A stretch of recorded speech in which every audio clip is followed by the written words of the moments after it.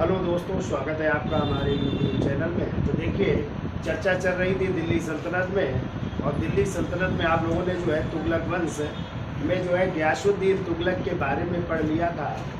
गयासुद्दीन तुगलक के बाद उनके पुत्र अगले सुल्तान बन रहे हैं, जिनका नाम है मोहम्मद बिन तुगलक, जिनका टाइम है 1325 से 1351 ईस्वी। तो देखिए, मोहम्मद बिन तुगलक के बचपन का क्या नाम था और उसने कौन कौन सी उपाधियाँ धारण की, ठीक है। फिर उसने जो है उसके दरबार में या उसके शासनकाल में मोरक्को का कौन सा यात्री आया था, उसकी चर्चा करेंगे। फिर जियाउद्दीन बर्नी ने उसकी 5 जो है योजनाओं का उल्लेख किया है, लेकिन ये योजनाएं जो है उसकी सब क्या रहती है, विफल रहती। इसी कारण से पागल बादशाह भी कहते हैं, विरोधी तत्वों का मिश्रण भी कहते हैं। तो कई नामों से वो जाना गया। और उसने फिर क्या क्या कार्य किए, उसके समय किसके किसके विद्रोह हुए, कौन कौन से नगर की स्थापना हो रही है, तो उनकी भी चर्चा कर लेते हैं। और जब उसने परिवर्तन किया, प्लेग की महामारी फैली, तो उसने अपनी राजधानी कुछ समय के लिए किसको बनाया था, तो इसकी भी चर्चा करेंगे। तो पहले तो लिखिए, इसका मूल नाम क्या था। तो बचपन में क्या कहते थे इसे, जौना हाँ, या मलिक फखरुद्दीन के नाम से जाना जाता था। लेकिन जब वो सुल्तान बना, उसने अपना राज्याभिषेक करवाया, तो किस नाम से, तो अब्दुल मजाहिद के नाम से वो राज्याभिषेक करवा रहा है, ठीक है। कौन कौन सी उपाधियाँ धारण कर रहा है, उसकी भी चर्चा करेंगे। तो पहले लिखो, इसका मूल नाम क्या था। इनके मूल नाम मलिक फखरुद्दीन, मलिक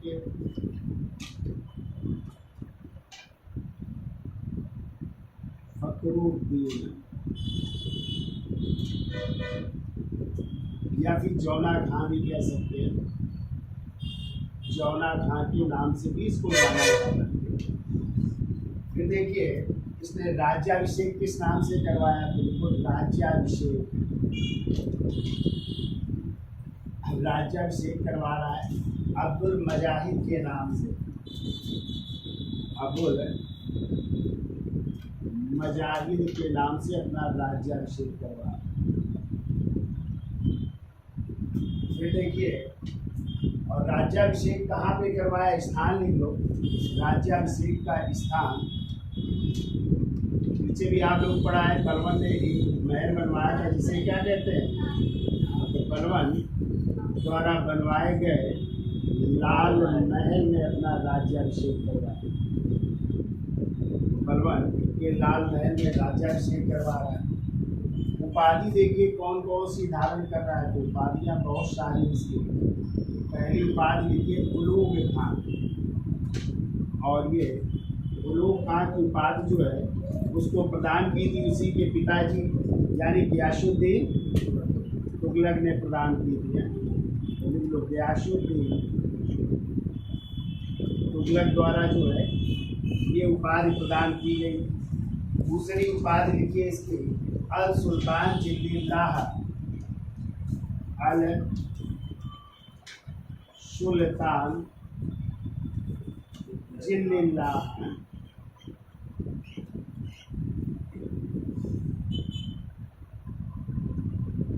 अल सुल्तान जिल्लिल्लाह। और ये उपाधि उसने अंकित करवाई किस पर, सिक्कों पर, अपने सिक्कों पर ये उपाधि अंकित करवाई। कई बार क्वेश्चन आया कि सिक्कों पर उसने कौन सी उपाधि अंकित करवाई थी, ठीक है। लिख लो तीसरी, अमीर उल मोमिनीन की, अमीर उल मोमिनीन की भी उपाधि धारण की। अमीर उल मोमिनीन भी इसे कहा जाता है।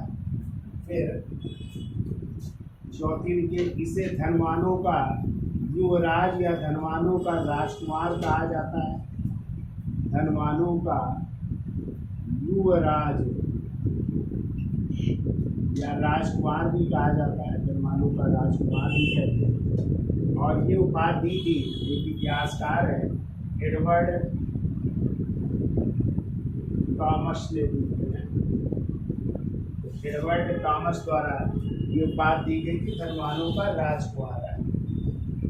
फिर इसे जो है मुद्रा शास्त्री भी कहते हैं, क्योंकि इसने नई मुद्राओं का प्रचलन किया था, तो नई नई टेक्निक अपनाता था, तो मुद्रा शास्त्री भी कहते हैं।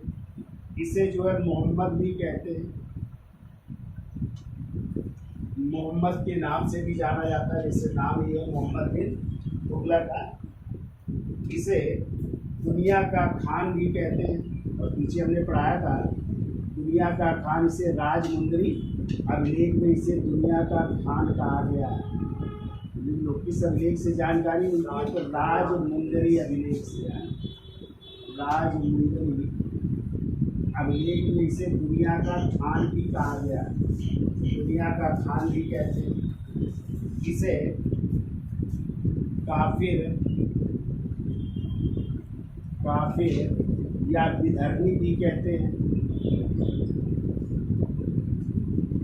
काफिर या विधर्मी के नाम से भी जाना जाता है।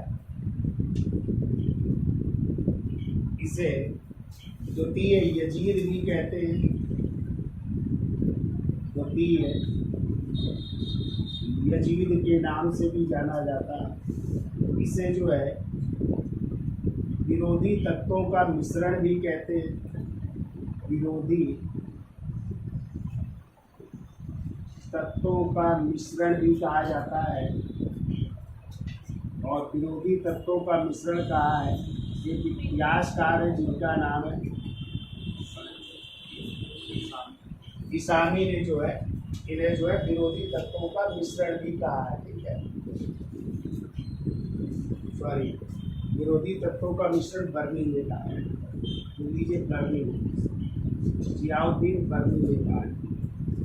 और फिर लिख लो इधर निरंकुश भी कहते हैं, निरंकुश शासक था, निरंकुश या कह सकते हैं रक्त पिपासु है, रक्त पिपासु भी कहते हैं इसे। और ये कहा है इशामी ने, इशामी कहता है कि ये क्या था, रक्त पिपासु था। ठीक है, तो रक्त पिपासु भी कहा जाता है। और अंतिम लिख लो, इसे पागल बादशाह भी कहते हैं, पागल बादशाह क्या कहते हैं, इसमें पागलपन का कुछ अंश है। किसने कहा है? तो इतिहासकार एल फिस्टन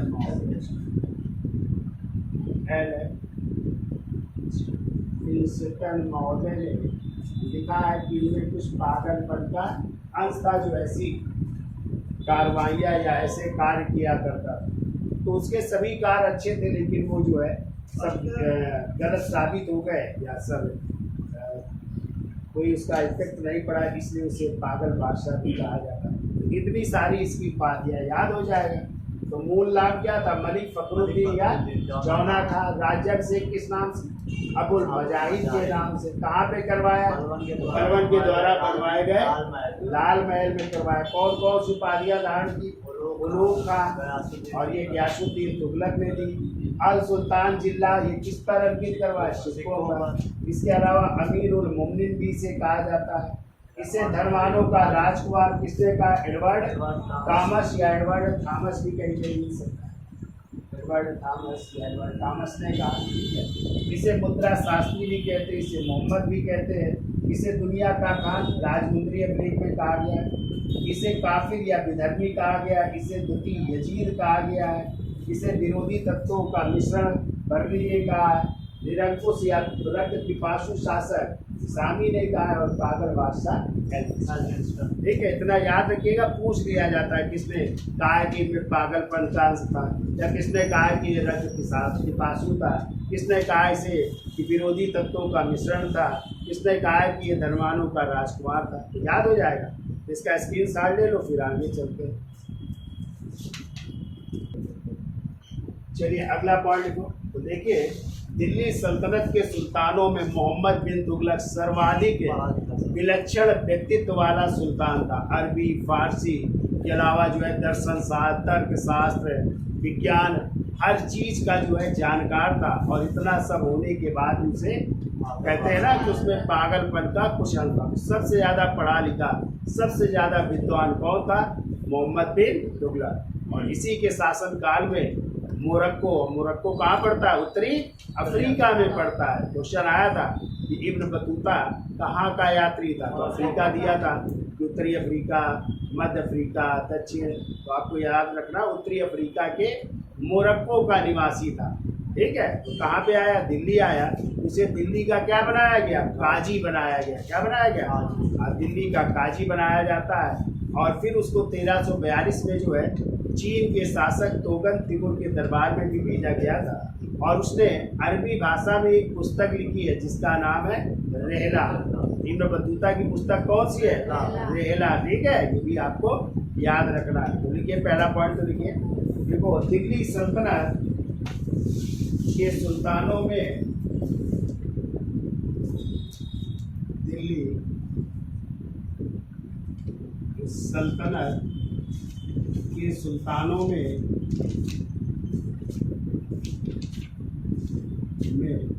मोहम्मद बिन तुगलक, MBT 60 में लिख लिया था, मोहम्मद बिन तुगलक सर्वाधिक विलक्षण व्यक्तित्व वाला सुल्तान था। सर्वाधिक विलक्षण व्यक्तित्व वाला सुल्तान था। व्यक्तित्व वाला सुल्तान था। वह अरबी फारसी का महान विद्वान, वह अरबी का फारसी का महान विद्वान,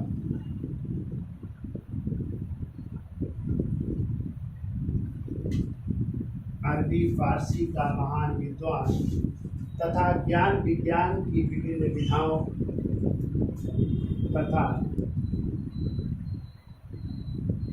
ज्ञान विज्ञान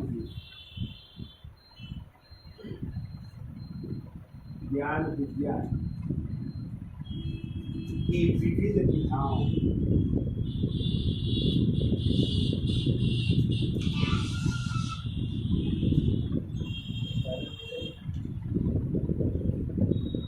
ज्ञान विज्ञान की विविध विधाओं जैसे खगोल शास्त्र, दर्शन शास्त्र,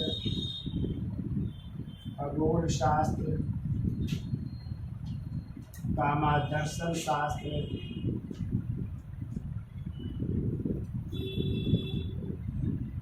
गणित, चिकित्सा विज्ञान, गणित, चिकित्सा विज्ञान,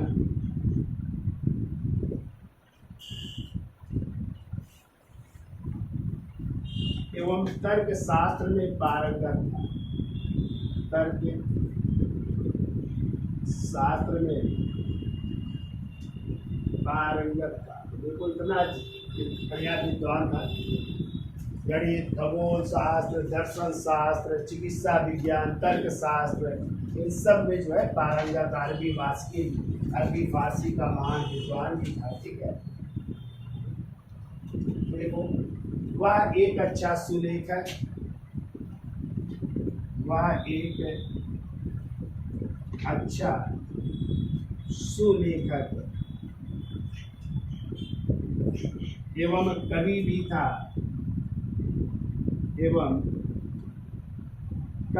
था, इसलिए इसकी तुलना अरस्तु से की जाती है। ठीक है, कवि भी था इसलिए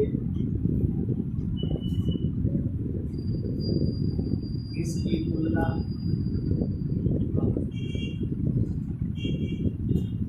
अरस्तु से की जाती है। अरस्तु का नाम सुना? Father of politics, father of biology, father of geology. ठीक है, पॉलिटिक्स है इनकी पुस्तक है ना, कहते हैं अरस्तु से इनकी तुलना की जाती है। ठीक है, अगला पॉइंट, 1333 ईस्वी में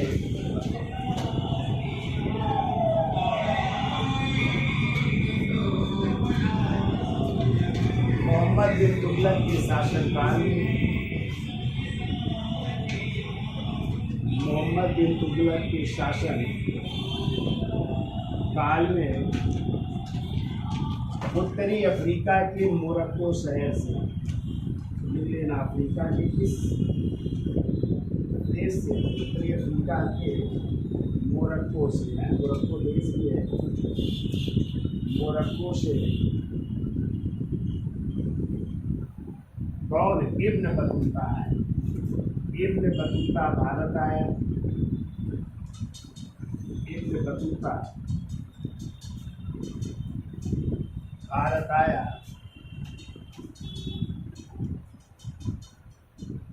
जिसने अरबी भाषा में, ये भी याद रखिएगा कि जो उनकी पुस्तक है रेहला किस भाषा में, अरबी भाषा में, जिसने अरबी भाषा में रेहला नामक पुस्तक की रचना, रेहला पुस्तक की रचना, रेहला नामक पुस्तक अरबी भाषा में लिखी है, जिसने लिखी है इब्न बतूता ने। ठीक है, अगला पॉइंट को, मोहम्मद बिन तुगलक ने इब्न बतूता को क्या बना रहा है, दिल्ली का काजी बना रहा है। ठीक है, इब्न बतूता को दिल्ली का काजी नियुक्त किया, दिल्ली का काजी नियुक्त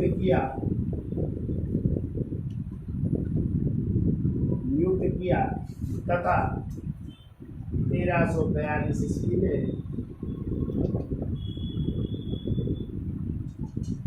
चीन के शासक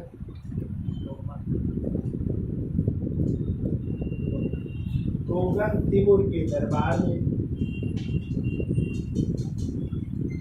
तोगन तिमुर के दरबार में राजदूत बनाकर भेजा है, के दरबार में राजदूत बनाकर भेजा, राजदूत बनाकर भेजा, तो राजदूत बन करके जा रहा है। ठीक है, अगला पॉइंट, इब्न बतूता ने मोहम्मद बिन तुगलक के साम्राज्य को, इब्न बतूता ने मोहम्मद बिन तुगलक के साम्राज्य को क्या कहा है, हिंद एवं सिंध कहा है।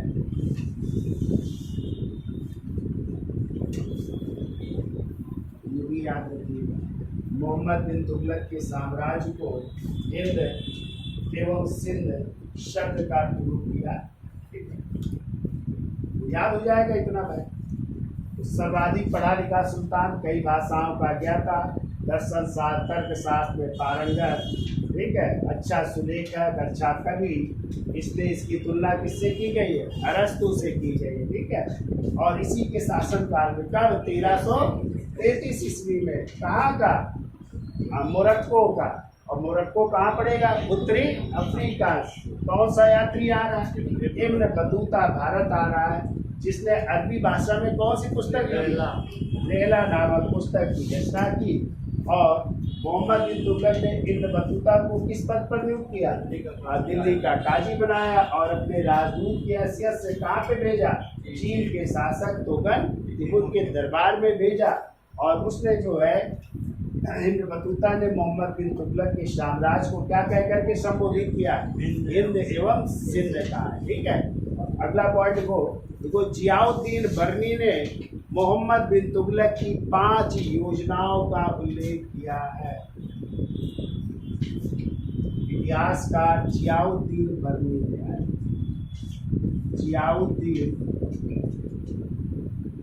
बर्नी ने मोहम्मद बिन तुगलक की 5 योजनाओं का उल्लेख किया। कौन कौन सी 5 योजनाएं हैं उनकी चर्चा कर लेते हैं। तो पहली है, दोआब ने कर वृद्धि दिया है, योजनाओं का वर्णन किया है। तो इसका स्क्रीनशॉट ले लो और पहली हेडिंग डाल लीजिए, दोआब ने कर वृद्धि 1325-26। तो देखिए, जियाउद्दीन बर्री ने उसकी 5 योजनाओं का उल्लेख किया है। पहली योजना है दोआब में कर वृद्धि, और ये घटना कब की है? जब वो सुल्तान बना, यानी 1325-26 में। तो जो गंगा यमुना का दोआब था, यह दोआब जो है दो नदियों के बीच की उपजाऊ भूमि होती है। कहते हैं यहाँ पे पैदावार अच्छी होती है। जब पैदावार अच्छी होगी तो टैक्स भी अच्छा मिलता था, ठीक है। तो इसने क्या किया, दोआब में कहते हैं 5 से 10% की वृद्धि कर दी। 1/10 से 1/20 भाग की टैक्स में क्या कर दी, वृद्धि कर दी। कहा यहाँ के किसान संपन्न है और ये टैक्स दे सकते हैं, इसलिए उसने वृद्धि कर दी। और उसने जो है भूमि कर भी कितना बढ़ा दिया, 50% कर दिया, 1/2 भाग कर दिया, इसमें भी वृद्धि कर दी। तो उधर टैक्स भी बढ़ गया कृषि का, उधर भूमि उपज कर भी बढ़ गया, 50% तक बढ़ा दिया गया। और उसी साल, जिस साल उसने टैक्स में वृद्धि की, और उसी साल कहते हैं भीषण अकाल और प्लेग की महामारी फैल गई। जब प्लेग की महामारी फैल गई, अकाल पड़ गया, तो उसके लिए वहाँ के लोग भूखे मरने लगे। कहते ऐसा भीषण ये अकाल था कि मानव ने मानव को खाया। कुछ था ही नहीं, तो लोग आदमी को आदमी खा रहे थे, ठीक है, अपने को जिंदा रखने के लिए। तो इसके लिए मोहम्मद बिन तुगलक ने एक कृषि विभाग की स्थापना की, और वही कृषि विभाग कहलाता है दीवान ए अमीर कोही, ठीक है। तो क्वेश्चन आता है, दीवान ए अमीर कोही कौन सा विभाग था? कृषि विभाग था। और इसके अलावा उसने जो है किसानों के लिए ऋण भी प्रदान किया। कौन सा? तकावी या सोनधन, सोनधर ऋण जिसे कहते हैं कृषि ऋण भी प्रदान किया। कहा कि ठीक है, किसानों को हम ऋण दे रहे हैं और ऋण से वो अपना चलाए, काम चलाए, और जब पैदा करे तो वापस चुका दे। इसके अलावा उसने जो है गेहूं के बीज या बीज बोने के लिए भेजे, तो जब लोगों के लिए खाने के लिए कुछ नहीं था, वो बीज को ही खा गए। भाई गेहूं भेजा गया बोने के लिए, तो जब खाने के लिए नहीं तो बोए क्या, उसको भी खा गए। तो उसकी योजना ये क्या रही? असफल रही। उसने जो ये कार्य किए, किसानों को ऋण दिया, कर्ज माफ़ी की, ये सब कार्य किए, जब किसानों के पास था ही नहीं तो वो दे कहाँ से? तो उसकी ये योजना क्या रही? असफल रही। और इसके साथ साथ चूंकि प्लेग की महामारी फैल चुकी थी, तो कहते उसको 2.5 वर्ष तक जो है अपनी राजधानी दिल्ली से हटा करके कन्नौज के पास एक स्थान है स्वर्गद्वारी, क्या नाम है, तो स्वर्गद्वारी को बनाना पड़ा। और 2.5 वर्ष तक उसने जो है स्वर्गद्वारी से शासन किया, ठीक है। तो याद हो जाएगा कितने परसेंट की वृद्धि की? 5 से 10%, या 1/10 से 1/20 भाग।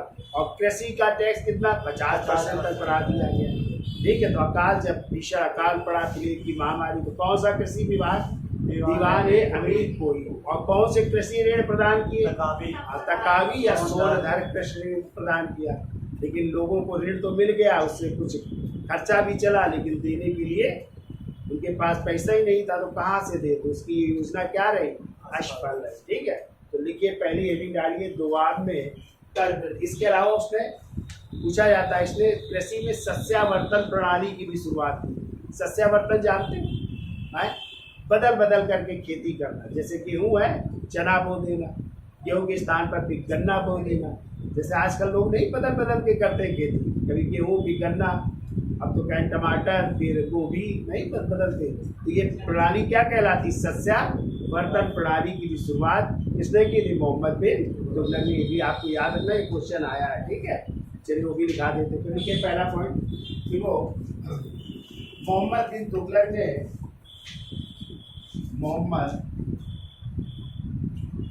तुगलक ने गंगा यमुना के दोआब में, गंगा यमुना के उपजाऊ दोआब क्षेत्र में, उपजाऊ दोआब क्षेत्र में 5 से 10%, 5 से 10% या 1/10 से 1/20 टैक्स में वृद्धि कर दी। टैक्स में 5 से 10% या 1/10 से 1/20 भाग है, टैक्स में वृद्धि कर दी। और उपज का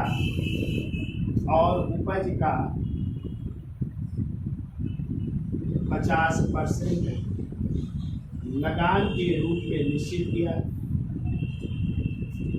लगान के रूप में निश्चित, यानी कितना लगान बढ़ा दिया 50%।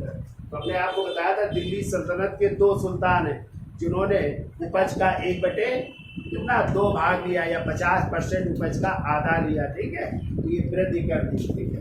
अगला पॉइंट, परंतु उसी वर्ष अकाल और प्लेग की महामारी फैल गई, परंतु उसी वर्ष अकाल या प्लेग की महामारी, अकाल या प्लेग की महामारी फैल गई,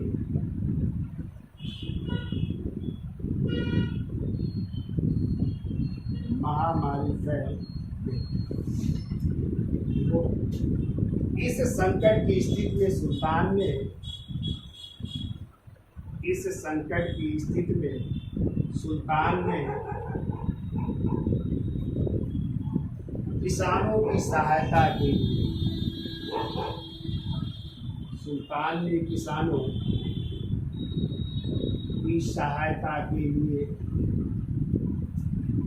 दीवान ए अमीर को दिया, दीवान ए अमीर को दिया। इसी को कहते हैं कृषि विभाग है,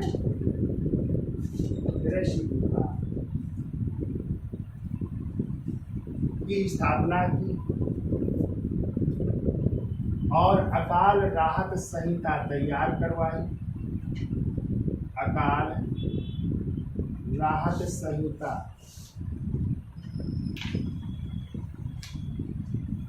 तैयार करवाई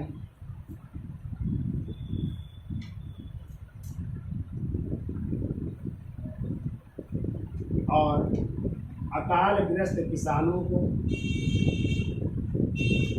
अकालग्रस्त किसानों को तकावी या शोणधर भी कह सकते हैं, इसे कहते हैं कृषि ऋण है, कृषि ऋण। उनको तकावी या शोणधर यानी कृषि ऋण प्रदान किया, कृषि ऋण प्रदान किया और सिंचाई के लिए, सिंचाई के लिए कुएं भी खुदवाए हैं, कुएं खुदवाए, सिंचाई के लिए कुएं खुदवाए और कहते हैं इस कार्य के लिए उसे 70 लाख टका खर्च करने पड़े हैं, 70 लाख टका खर्च किए इन सब कार्यों के लिए, काफी पैसा खर्च किया है, कहते हैं 70 लाख टका जो है खर्च हुए। फिर अगला पॉइंट, दिल्ली में प्लेग की महामारी से, प्लेग की महामारी से दूषित वायु से बचने के लिए, दूषित वायु से बचने के लिए कन्नौज के पास, कन्नौज के पास स्वर्गद्वारी नामक स्थान पर,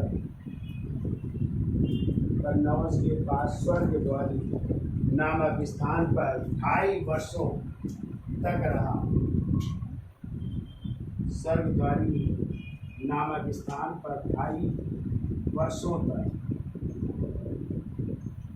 2.5 वर्षों तक रहा और यहीं पे अपना उर्दू ए मुअल्ला, और यहीं पर अपना उर्दू ए मुअल्ला का मतलब होता है शाही शिविर स्थापित किया, शाही शिविर स्थापित, यानी लगभग 2.5 वर्ष तक जब वहाँ की जो है हवा जब तक शुद्ध नहीं हो गई तब तक वो कहाँ पे रहा, कन्नौज के पास स्वर्गद्वारी नामक स्थान पर यहीं पे रहता है। ठीक है, तो ये पहली योजना थी दोआब में कर्मवृद्धि, जो कैसी रही, असफल रही। ठीक है, ये असफल रहती है, इसका स्क्रीनशॉट ले लो। फिर अगली योजना चलते हैं, और वो थी राजधानी परिवर्तन है, राजधानी परिवर्तित कर रहा है। तो देखिए दूसरी योजना है उसकी राजधानी परिवर्तन, और ये घटना कब कर रहा है, 1326-27 में। तो देखिए मोहम्मद बिन तुगलक ने अपनी राजधानी दिल्ली से किसको बनाया, दौलताबाद या देवगिरी को, और कहते हैं सबसे पहले उसने अपनी माँ को यहाँ पे भेजा था। तो राजधानी परिवर्तन का कारण क्या था, तो कहता है वो दिल्ली की जनता को दंड देना चाहता, और दंड देने का कारण क्या था, कहते हैं दिल्ली की जनता उसको गालियाँ लिख लिख करके उसके महल में फेंक आया करते थे, तो गाली लिख लिख करके। तो उसने भी सोचा तुम लोग मुझे गाली दे रहे हो, चलो तुमको भी छोड़ूंगा नहीं। और कहते हैं पूरे दिल्ली के लोग थे, सबको कहाँ से, दिल्ली से कहाँ ले गया, देवगिरी या दौलताबाद में। कहीं अंधे और लंगड़े भी नहीं बचे, उनको भी घसीटता हुआ जो है कहाँ तक, दौलताबाद ले गया। ठीक है, तो एक तो दिल्ली की जनता को दंड देना चाहता, और दंड देने का कारण क्या था कि दिल्ली की जनता उसके महल में गालियाँ लिख लिख करके पत्र भेजा करते थे, फेंक दिया करते थे। ठीक है, और कुछ इतिहासकार कहते हैं नहीं, देवगिरी एक केंद्र में था, जो उसका साम्राज्य था, तो साम्राज्य के केंद्र में था, और केंद्र में होने के कारण जो है कहते हैं समान स्थिति, समान थी हर जगह, कहीं भी वो बराबर था स्थान, कहीं भी जा सकता था हर जगह केंद्र में होने का। उसमें उसने अपनी राजधानी किसको बनाया, देवगिरी को बनाया। ठीक है, और देवगिरी का नाम एक और था, इसको कुतुबुल इस्लाम के नाम से भी जाना जाता। कई बार क्वेश्चन आया है कि देवगिरी का अन्य नाम क्या था, तो कुतुबुल इस्लाम। ठीक है, क्यों बनाना चाहता था, एक तो केंद्र में होने के कारण, और दूसरा दिल्ली की जनता को दंड देने के कारण उसने अपनी राजधानी दिल्ली से दौलताबाद या देवगिरी को बनाया। ठीक है, तो लिखिए, देखो भाई, सुल्तान ने अपनी राजधानी दिल्ली के स्थान पर, सुल्तान ने अपनी राजधानी दिल्ली के स्थान पर देवगिरी या दौलताबाद को बनाया। देवगिरी या दौलताबाद को बनाया, और सबसे पहले अपनी माँ मखदूम ए जहाँ को भेजा गया, और सबसे पहले माँ मखदूम ए जहाँ को भेजा गया, भेजा गया। इतिहासकार इशामी लिखते हैं कि, इतिहासकार इशामी के अनुसार सुल्तान खूनी एवं रक्त पिपासु था। सुल्तान, मैंने बताया ना सुल्तान को निरंकुश एवं रक्त पिपासु का है, तो सुल्तान खूनी एवं रक्त पिपासु था।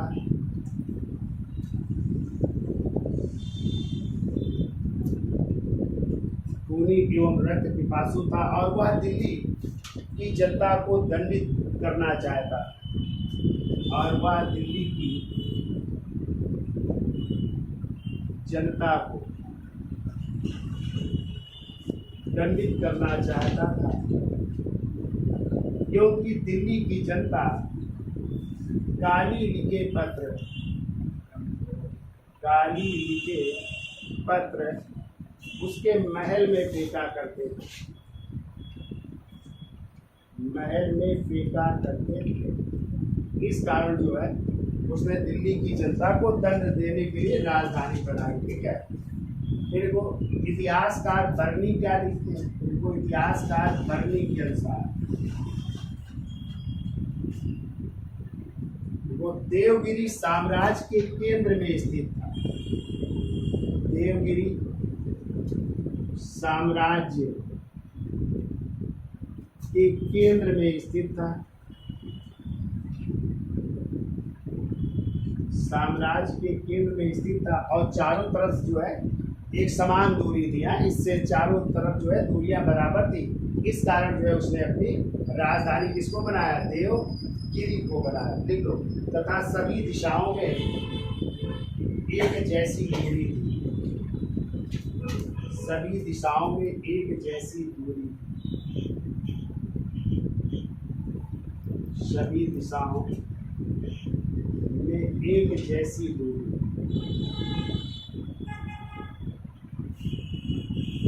इस कारण जो है उसने अपनी राजधानी इसको बनाया देवगिरी या दौलताबाद। ठीक है। अगला पॉइंट को देवगिरी को कुतुबुल इस्लाम के नाम से भी जानते हैं। कुतुबुल इस्लाम, इसका मतलब होता है, लिख लो, इस्लाम का महानगर या श्रेष्ठ नगर है। इस्लाम का महानगर या श्रेष्ठ नगर भी कह सकते हैं। देवगिरी को कुतुबुल इस्लाम के नाम से जानते हैं। ठीक है। तो ये दूसरी योजना थी राजधानी परिवर्तन की। और कारण क्या थे हमने बता दिया। क्या कारण थे? सुल्तान रक्त पिपासु तक इस्लामी लिखते क्योंकि दिल्ली की जनता उसको गाली लिखे पत्र भेजती थी, इसलिए उनको दंडित करने के लिए। जबकि बर्नी लिखते हैं कि नहीं, देवगिरी केंद्र में था और एक जैसी समान दूरी थी, कहीं से भी अटैक हुआ तो वो जा सकता था। ठीक है। और इसका दूसरा नाम कुतुबुल इस्लाम या महा इस्लाम का नगर कहते। लेकिन ज़्यादा दिन राजधानी वो नहीं बना पाता है, क्योंकि जब आक्रमण होने लगे तो उन आक्रमणों से निपटने के लिए उसको फिर अपनी राजधानी दिल्ली वापस लानी पड़ती है। ठीक है। अब उसकी तीसरी योजना है सांकेतिक मुद्रा का प्रचलन। तो सांकेतिक मुद्रा क्या थी? तो पहले चांदी का टका चलता था, लेकिन उसने चांदी के टके के स्थान पर अब तांबे और कांसे के सिक्के जारी कर दिए और उनकी वैल्यू भी किसके बराबर रखी? चांदी के टके के बराबर रखी। ठीक है। सिक्के चलाए किसके? तांबे और कांसे के सिक्के चलाए, लेकिन उनकी वैल्यू क्या रखी? चांदी के टके के बराबर रखी। और कुछ इतिहासकार कहते हैं कि उस समय जो है अंतर्राष्ट्रीय बाजार में चांदी की कमी हो गई थी, इस कारण जो है उसने तांबे और कांसे के सिक्के चलाए। और जब सिक्के चलने लगे तो कहते हैं इतने नकली सिक्के बनने लगे कि मार्केट में, बाजार में नकली सिक्कों की बाढ़ आ गई। ठीक है। जब बाढ़ आ गई तो उसको अपनी ये योजना क्या करनी पड़ी? वापस करनी पड़ी। जब वापस करनी पड़ी तो उसने क्या किया कि जिनके पास असली तांबे के सिक्के थे, कांसे के सिक्के थे, तो उनके बदले यदि आप वापस कर रहे हो तो आपको बदले में सिक्के देने पड़ेंगे, उसकी वैल्यू देनी पड़ेगी। और वैल्यू क्या रखी थी उसकी? चांदी के टके के बराबर। इस कारण उसको जो है, जो असली सिक्के थे उसके बदले क्या देने पड़े? चांदी के टके देने पड़े। तो उसका राजकोष क्या हो गया? खाली हो गया। तो उसकी ये योजना क्या रही? असफल रही। यानी उसकी सांकेतिक मुद्रा की योजना भी क्या रहती है? असफल रहती है। ठीक है। वो भी ज़्यादा दिन नहीं चलती। और लोगों ने, तो इतिहासकारों ने यहाँ तक लिखा है कि प्रत्येक हिंदुओं का घर क्या बन गया था? टकसाल। यानी हिंदू ही जो है अपने घरों में क्या बनाते थे? नकली सिक्के जो है बनाते थे। जैसे अभी नकली सिक्के थे तो मोदी जी ने क्या कर दिया? बैन कर दिया। 500 और 1000 की नोटों को बंद कर दिया ना मोदी जी ने। बंद कर दिया तो क्या चली गई क्या? फिर शुरू हो गई। 2000 के हुए, उसमें भी घपला होने लगा।